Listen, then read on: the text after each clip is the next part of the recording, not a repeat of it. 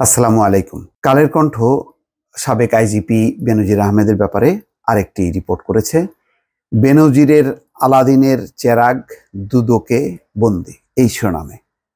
সেই রিপোর্টে বলা হচ্ছে, আদালতের নির্দেশে পুলিশের সাবেক আইজিপি বেনজির আহমেদের পরিবারের সব স্থাবর অস্থাবর সম্পদ জব্দ ও অবরুদ্ধ করা হয়েছে।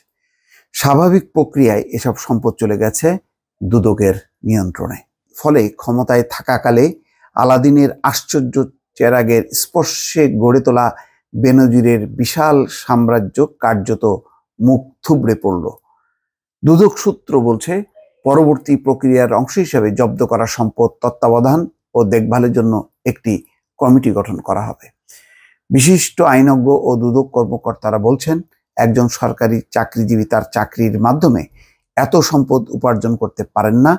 দোষী সাব্যস্ত হলে বিভিন্ন আইনে দীর্ঘ মেয়াদে কারাদণ্ড হবে সদ্য সাবেক আইজিপি বেনজির আহমেদের। একই সঙ্গে তার সব স্থাবর অস্থাবর সম্পদ রাষ্ট্রের অনুকূলে বাজেয়াপ্ত করা হবে। দুদকের প্রাথমিক অনুসন্ধানে তার বিপুল পরিমাণ অবৈধ সম্পদের সত্যতা মিলেছে। বৃহস্পতিবার ঢাকা মহানগর সিনিয়র স্পেশাল জজ আদালত এই আদেশ দিয়েছেন। পরবর্তী নিষ্পত্তি না হওয়া পর্যন্ত তা আপিল বিভাগে বহাল থাকবে। দুদকের একজন কর্মকর্তা গতকাল জানান কালের কণ্ঠকে যে, সাবেক আইজিপির জব্দ ও অবরুদ্ধ হওয়ার সম্পদের সামগ্রিক তদারকি করবে দুদক। 3 সদস্যের যে তদন্ত কমিটি বেনজিরের অবৈধ সম্পদ অনুসন্ধানে নিযুক্ত আছে, তারা একটি কমিটি গঠন করে দেবে। দুদক চাইলে সেসব জেলায় কার্যালয় নেই, সেখানে জেলা প্রশাসনকে দেখভালের দায়িত্ব দিতে পারে। আর অবরুদ্ধ ব্যাংক হিসাবগুলো থাকবে সংশ্লিষ্ট ব্যাংকের শাখা ব্যবস্থাপকের নিয়ন্ত্রণে। এই কর্মকর্তা জানান, আদালতের আদেশের পর এসব সম্পদ আর বেনজির আহমেদের দখলে থাকার কোনো সুযোগ নেই।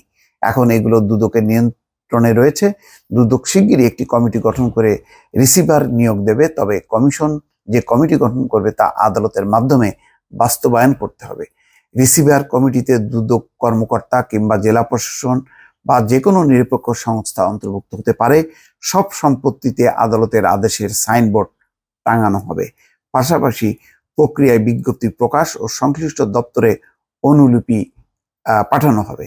আদালতের আদেশে নথি পর্যালোচনা করে দেখা গেছে, বেনজির আহমেদ, তার স্ত্রী জিশান মির্জা, মেয়ে ফারিন রিশতা বিনতে বেনজির, তাহসিন রাইসা বিনতে বেনজির ও জাহারা জেরিন বিনতে বেনজিরের নামে থাকা 83টি দলিলের সম্পত্তি জব্দ করা হয়েছে। এসব দলিলে মোট সম্পদের পরিমাণ 346 বিঘা, যার দলিল মূল্য 10,65,00,000 টাকা। তবে বর্তমান প্রেক্ষাপটে এসব জমির দাম কমপক্ষে 5 থেকে 7 গুণ বেশি হবে।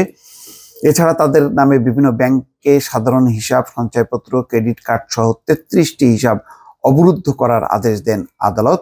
তবে এসব ব্যাংকে কত টাকা আছে তা জানা যায়নি।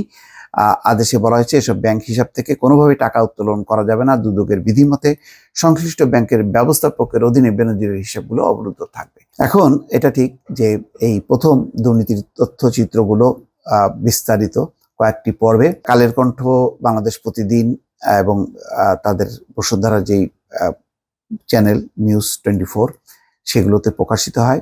তারপর বিভিন্ন গণমাধ্যমে প্রকাশিত হয় এবং আবার আলাদাভাবে বেনজির আহমেদ তার ভেরিফাইড পেজ থেকে ব্যাখ্যা দিয়েছে যে এগুলি মিথ্যা এবং তার ব্যবসার যতটুকু আছে সেটি তার নয়, তার স্ত্রী এবং তার কন্যাদের বা পরিবারের, এবং বলছে যে বাংলাদেশের সংবিধান অনুযায়ী তার পরিবারের ব্যবসা করার অধিকার রয়েছে।